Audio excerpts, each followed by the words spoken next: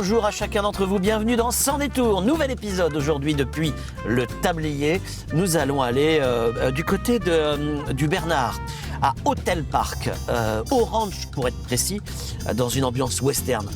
Je vous en dis pas plus, je vous laisse attendre la suite de cette émission et partager avec moi ma joie de recevoir Guillaume Benoît, fondateur de Dig Radio. Je vais être honnête avec vous, on se connaît avec Guillaume Benoît, comme avec beaucoup de nos invités, vous le savez, hein, si vous m'êtes fidèles. Guillaume Benoît a été mon chef d'antenne quand je faisais de la radio dans une autre vie, il y a plus de 15 ans maintenant, quand j'étais directeur de radio. Vous allez voir sa profondeur, sa gentillesse, sa délicatesse, son humour aussi. C'est un gars super, Il a fondé Dig Radio, au service de la Vendée, sur Internet, une radio, beaucoup de podcasts, beaucoup de bénévoles et l'envie de donner du beau et du positif. Il a la radio en lui depuis tout petit, 10-12 ans. Bref, une super émission en perspective.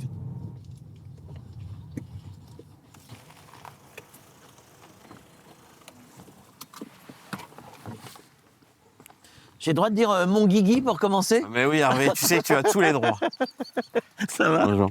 Ça fait plaisir de te voir. Je le redirai pas après, mais c'est mon Guigui. Ouais, voilà. Donc voilà. C'est mon boss, c'est mon patron, c'est voilà. Alors il dit ça souvent, hein. Il va peut-être pas le dire à chaque fois, mais il m'appelait chef dans une autre vie. Bref, c'est un ami, c'est un proche que vous allez découvrir. J'ai dit 10-12 ans, ta première envie de radio. Ouais, c'est ça, c'est exactement ça, 11-12 ans, ouais, tout à fait. D'accord. J'écoutais la radio dans ma chambre, dans la voiture, enfin voilà, c'était vraiment et une vraie c'était la radio, c'était pas la télévision. Mais non, en fait, alors je regardais la télévision, mais j'étais beaucoup plus capté par la voix, si tu veux. Ouais. Et en fait, notamment dans ma chambre, le soir, je pouvais écouter la radio. Alors maintenant, les jeunes, c'est beaucoup les téléphones ou les écrans. Ouais. Mais moi, c'était la radio jusqu'à minuit, en fait. D'accord. Et à l'époque, j'écoutais même, il y avait D-Fool déjà. Oui, d'accord. Tu vois, D-Fool, Skyrock. La Sky Roulette et tout ça. Mais, d'accord. Et c'est vrai que les voix, en fait, me faisait voyager. Tu vois, il y avait vraiment ce sentiment d'évasion. Et puis rêver, la voix, enfin c'est magique, quoi. On en parlera peut-être, mais voilà, la radio, et notamment les mots sont forts, sont puissants. Ouais. Et moi, ça me touchait beaucoup, en fait. D'accord, voilà. Très bien. La suite, c'est dans la voiture. Allez, c'est parti.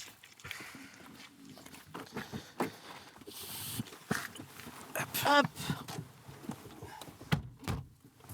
En avant. Ça fait plaisir. Mais où est-ce qu'on va ? Ça, c'est la grosse surprise. Tu ne sais pas. Ah non, donc tu le sauras pas. Et tu m'as dit que tu connaissais cette émission. Oui, parce que... Ça me fait plaisir. Alors, on en parle beaucoup à la radio. Et c'est vrai que le programme se rapproche... On fait des métiers connexes, c'est pour ça. Enfin, donc, forcément, les gens que je fais venir dans la voiture, les figures locales, tu les as reçues aussi. Il y a certaines personnalités locales qui viennent ensuite dans nos studios. Ouais. Et c'est vrai que cette émission, elle est pour moi très intimiste. Elle se rapproche beaucoup de la radio, justement, puisque tu as une approche aussi différente. Et c'est vrai que les invités sont beaucoup plus à l'aise pour moi, parce qu'il n'y a pas tout ce plateau, il n'y a pas toutes ces caméras. Bah oui. Et c'est vrai que tu peux aller... pour moi, il y a encore plus de fond pour moi et plus de sensibilité et d'émotion. Mais c'était l'objectif quand j'ai créé Sans Détour il y a une douzaine d'années, c'était de reproduire un peu en télévision ce qui se fait en radio, c'est-à-dire essayer de faire oublier tout ce qui peut être anxiogène pour aller à l'essentiel, quoi. Et la voiture, ça permet ça, quoi. Donc exactement, voilà. Ça on est d'accord là-dessus. On pourrait même faire des émissions de radio dans une voiture, par exemple. Eh ben pourquoi pas. Alors tu sais que j'ai une caravane studio aussi. Oui, je sais. Voilà, et je pense toujours à notre bus qu'on avait ensemble à RCF. On a fait de la radio et on avait un bus ensemble il y a longtemps. Donc 10-12 ans, il y a un moment clé, c'est quand tes parents te proposent du matériel dans ta chambre pour que tu fasses de la radio. Non, en fait, c'est moi qui leur propose, si tu veux. C'est que je leur demande. Je leur demande, voilà, je me dis, j'ai vraiment envie de faire de la radio, de faire ma radio. Et c'est vrai que je demande à mes parents, j'ai 11-12 ans, je demande à mes parents, est-ce que vous pouvez m'offrir à Noël une table de mixage. Voilà, je me souviens de ma première table de mixage que je suis allé choisir en fait à Niort dans un magasin de musique, puisque moi je suis originaire de Fontenay. Oui, t'étais de Fontenay, oui. Et voilà, et cette première table de mixage à Noël, c'est le départ en fait d'une grande aventure pour moi et de concrétiser ça. Et c'est vrai que mon père m'a beaucoup aussi, et mes parents m'ont beaucoup aidé à porter. Il a aménagé, alors dans ma chambre dans un premier temps, un plateau, un studio vraiment avec des micros, voilà tout ça. Cassette, ouais, exact. Alors j'enregistrais beaucoup la radio sur cassette et notamment les titres sur cassette que je diffusais ensuite. Alors je coupais bien sûr. Mais tu diffusais pour qui? T'avais pas l'émetteur? Alors si, T'as eu un en fait, émetteur au bout d'un moment? j'ai fabriqué un petit émetteur pirate. Voilà, prescription maintenant, mais Parce que t'es quand même la génération d'après les années 80 et les radios libres. ouais. T'arrivais plus tard. Oui, alors je suis né en 82 moi. Ouais. Je suis né en 82 et c'est vrai que il y avait beaucoup de radios. On avait le choix dans les radios à l'époque, Ouais. et c'est ça qui était vraiment chouette ces années. À Fontenay-le-Comte, il y avait RTL2, il y avait Énergie, et c'est vrai que quand je passais devant ces studios-là, j'avais qu'une envie, c'était de rentrer quoi. Vraiment. Et tu as fini par le faire, mais on va avoir l'occasion d'en reparler. Personne dans ta famille n'est dans les médias, dans la radio, dans la télévision, dans la presse. C'est vraiment, ça vient de toi. Hein. Alors, personne, on va dire s'il y a quand même une personne, mais Ouais. ça je l'ai su après en fait.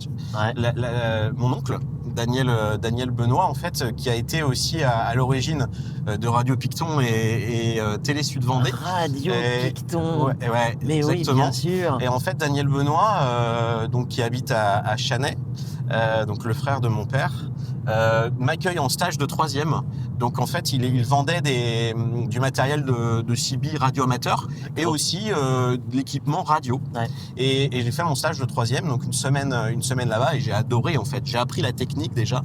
Et c'est après que j'ai su qu'il avait donc notamment installé les émetteurs pour Radio Picton, et aussi au démarrage de Télé Sud Vendée. Ouais. Voilà. Alors, on fait un saut dans le temps. Hein, on parle de Dig Radio. C'est ton métier d'aujourd'hui. On va revenir après sur ton parcours vers Dig Radio. Mais là, on parle de Dig Radio. Et donc là l'idée que toi tu as, c'est de faire des micros radio locales en fait. Alors, pour le moment, là, mon objectif, C'est d'avoir une fréquence un c'est jour. d'abord une fréquence. Ça, c'est important pour toi. c'est Cette très difficile, reconnaissance publique. Ben oui, forcément, quand on est une radio, on n'a qu'une envie, c'est aussi d'avoir une Bah oui, une fréquence et audience d'être la plus large écouté, possible. exactement. Alors c'est très compliqué actuellement, mais c'est vrai que on a quand même, on a habitué quand même les gens à écouter nos podcasts à la carte. Et ça, c'est ça qui est intéressant. C'est-à-dire qu'on a une bonne audience. On fait la saison passée 1,2 million d'écoutes sur nos podcasts, qui est vraiment intéressant. Donc l'idée, c'est ça, c'est d'abord rester vraiment en Vendée, développer la Vendée, parce qu'il y a encore beaucoup de choses à faire en Vendée. Il ne faut pas non plus se disperser, c'est déjà focus sur la Vendée. Et après, oui, pour répondre à ta question, j'ai aussi des objectifs de développement sur le territoire national. Tu t'aurais vu, il y a 20 ans, 30 ans, tu te serais imaginé en patron de presse, entre guillemets, en patron de médias? Non, C'est venu, jamais en fait. C'est surprenant. Alors je me considère pas comme un entrepreneur déjà, je me considère comme un. Un peu quand même. Oui, mais en fait je le fais naturellement, si tu veux. Je pense que, et c'est ce que je dis beaucoup maintenant aux jeunes que j'accueille aussi en stage, par exemple, ou en service civique. Je leur dis d'abord, ayez une passion, quelque chose qui vous anime. Et faites-en un travail. Si vous y arrivez, bien évidemment. Ouais. Mais c'est beaucoup plus simple. Avec la passion, on peut aller très loin. Ah bah oui, ça c'est sûr. Qu'est-ce qui te fait vibrer aujourd'hui? Qu'est-ce qui te rend heureux? Qu'est-ce qui te remplit de joie dans Dig Radio? Qu'est-ce qui me remplit de joie, c'est de faire de la radio déjà avant Ouais. tout. Je me vois pas en fait faire autre chose. Et aussi, là maintenant, c'est de transmettre. C'est-à-dire de voir aussi des animateurs. Alors beaucoup de bénévoles. On a 80 bénévoles sur le territoire C'est bien. vendéen. Pas beaucoup de radios, il n'y a pas de radio qui fait ça d'ailleurs en Vendée. Il y en a peu. Ah ouais. Et c'est vrai que 80 bénévoles, certains qui sont dirigeants d'entreprises que j'ai formés et qui me disent à la fin, venir à Dig Radio, c'est ma bulle d'oxygène. Pour moi, ça n'a pas de prix en fait. Et c'est pour ça que je fais ça et que j'ai envie de faire ça très très longtemps. Et puis aussi de me faire plaisir, donc de faire de l'antenne, du micro, j'en fais aussi encore. Et diffuser la bonne nouvelle, et de dire aussi que en Vendée, on a la chance d'être sur un très beau territoire, un très beau département, mais il y a aussi de très beaux départements ailleurs en France. On a la chance d'être en France et aussi, je pense que c'est important pour un média local d'aller valoriser toutes ces belles initiatives-là. Donc tu as été formé en Normandie, Oui. dans une radio qui s'appelait RC2, c'est ça? RC2, exactement. Et puis après tu es revenu en Vendée. Oui. Et en Vendée, il se trouve que à l'époque j'avais besoin d'un journaliste. Tu es venu pour 6 mois, tu es resté 6 ans, 7 ans. Je suis resté un peu plus de 5 ans. 5 Tu peux ans. rester longtemps journaliste. Hein. Très vite, tu es devenu animateur et puis chef d'antenne. Voilà. C'était pour toi un début de consécration que d'avoir. C'était la première fois que tu avais la liberté d'entreprendre les émissions que tu voulais entreprendre, en fait. Ouais, tout à fait. On me donnait cette liberté et c'est vrai que je le dis souvent. Nos années ensemble, pour moi, ont été dans les meilleures années radio aussi, parce que tu m'as laissé aussi beaucoup de liberté. Ouais. Et ça, je l'ai vraiment, et j'en parle beaucoup de cette matinale notamment. 3 heures de direct quand même tous les matins, 6h30, 9h30, avec journalistes en studio, des chroniqueurs, des invités. J'avais un matin culture de 9h10 à 9h30, je sais pas si tu te souviens, je me souviens avec des bien. invités en plateau. Voilà. Mais c'est vrai que tu me laissais cette liberté. C'est dur, hein, 6h30, 9h30. C'était très dur, surtout pour quelqu'un qui a l'habitude de se coucher tard. Je suis pas du matin, donc j'ai quand même fait ça 5 ans. Mais alors, qu'est-ce que j'ai kiffé. Ok, très bien. On écoute Coldplay, Viva la Vida, pourquoi ? Coldplay, en fait, c'est un groupe qui me donne des émotions. On parlait d'émotions tout à l'heure avec la radio. Et je trouve que Coldplay, c'est hyper festif, c'est hyper joyeux, c'est positif. C'est des messages de paix aussi. Et c'est vrai que dès que j'écoute Coldplay, alors je passais aussi beaucoup ce titre sur RCF dans la matinale, notamment avec Fanny. Et c'est vrai que Coldplay, j'ai hésité avec Goldman aussi, qui m'a beaucoup inspiré. Goldman t'a beaucoup inspiré, je me souviens. On en avait parlé. Alors, on va à Hotel Park. Okay. Hotel Park, Orange, parce que d'abord, je trouve toujours ça sympathique, ce petit coin-là de Far West au milieu de la Vendée, parce que je me dis que tu étais un peu un cow-boy solitaire dans ton milieu. Je trouvais ça rigolo. C'est vrai. C'est vrai que là, on est très solitaire, il faut se battre en permanence, aller par Mont et par Vaux pour essayer éventuellement de récupérer un peu de sous. Et que c'est rare et précieux ce que tu fais. Donc voilà, on va à Hotel Park. Okay. Très belle idée, ça me va bien, Hervé. J'aime bien le petit côté cow-boy solitaire. Ça m'étonne pas de toi. Je le savais que je me trompais pas. Allez, on écoute.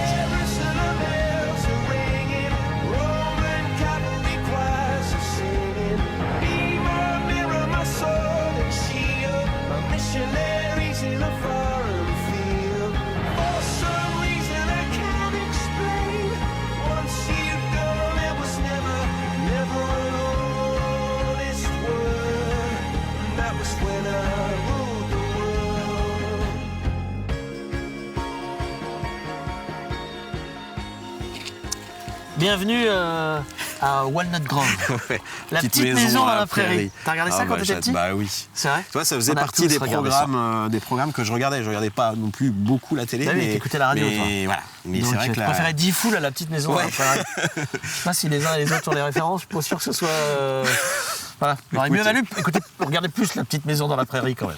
Enfin bon, c'est un sujet. T'es un homme de la radio. De la radio, ouais, tout à fait. Du passage et de la transmission. C'est ça. La voix, c'est venu La voix, plus tard. c'est après. On m'a dit aussi que j'avais une voix radiophonique, mais c'est vrai que je m'identifiais pas forcément à un animateur en particulier. J'aimais cette diversité aussi, ce mélange voix féminine, voix masculine. J'aime bien les duos. Aussi, et ce qu'on a pu faire justement sur RCF, sur la matinale. J'aime beaucoup les duos en fait. D'accord. Homme-femme, je trouve que le duo, ça matche bien souvent. T'es plutôt quoi ? Animateur ? Journaliste ? Moi, je me considère comme un animateur, pas un journaliste. Enfin, c'est toujours un peu subtil, mais l'animateur, il est plus... c'est un petit peu ce qu'on fait là, c'est-à-dire il y a plus de légèreté. Oui. C'est pour moi plus convivial, c'est moins froid qu'un reportage ou un journal. Et c'est vrai que je me souviens quand tu m'avais proposé de passer de journaliste à animateur, et tu m'avais dit toi t'es un animateur, t'es pas un journaliste. Bah oui, c'est clairement ça en fait. Je suis pas un journaliste, quoi. Et d'ailleurs j'ai pas la formation de journaliste, donc on peut pas se prétendre journaliste quand on n'a pas cette formation là et fait une école de journaliste. Donc oui, je suis un animateur radio, voilà. Alors un animateur, directeur. Oui. Est-ce que le passage s'est fait au forceps dans ta vie, de l'animation à la création de la radio? Non. Est-ce que tu l'as pas fait par dépit? Tu avais vraiment cette aspiration? Parce que c'était une période un peu compliquée après RCF, tout ça. Ouais, justement, mais ça m'a permis de me remettre aussi en question. Ouais. C'est-à-dire que ce rêve de gosse que j'avais et ce que j'avais fait quand j'étais gamin, de créer ma radio pirate, ma radio, au fond de moi, j'avais cette envie. Ça faisait longtemps que j'en parlais aussi de créer ma radio, ma propre radio. Mais c'est vrai que le déclic, il a été. J'ai vécu une période très très compliquée après RCF aussi, avec des jobs qui sont pas forcément bien passés. Il fallait que tu te trouves. Mais il fallait que je me trouve. Et là, je me dis, qu'est-ce que tu veux exactement? Eh bien, c'est faire de la radio. Je me vois pas faire autre chose. Et puis il y a aussi le déclic du décès de mon père, en fait, en 2015, où là, je me dis, mais Guillaume, fais ce que tu as vraiment envie de faire et fais-toi plaisir aussi, écoute-toi. Et c'est ce que j'ai fait, en fait. J'ai démarré la radio en 2017 à la maison, quoi, sur ma mezzanine, et c'est parti comme ça. Voilà. Première radio dans ta chambre, deuxième radio à la maison. Ouais. La troisième sera peut-être dans la cuisine. On verra bien.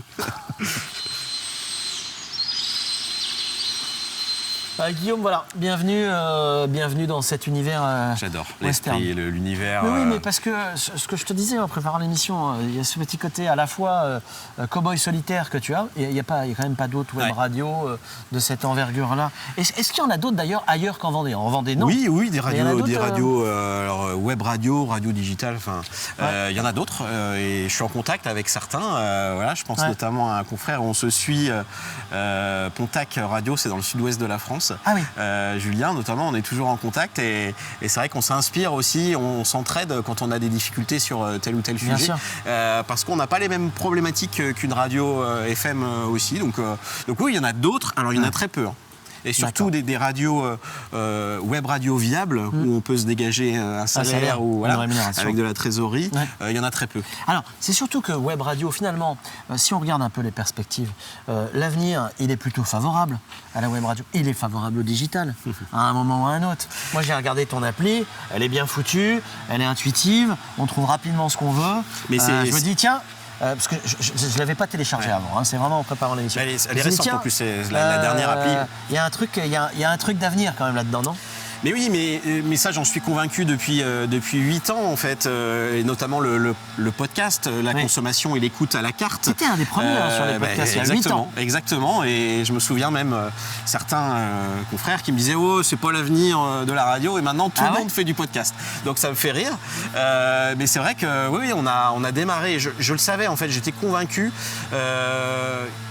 du besoin, comme le replay en fait à la télévision, de consommer à la carte quand on veut.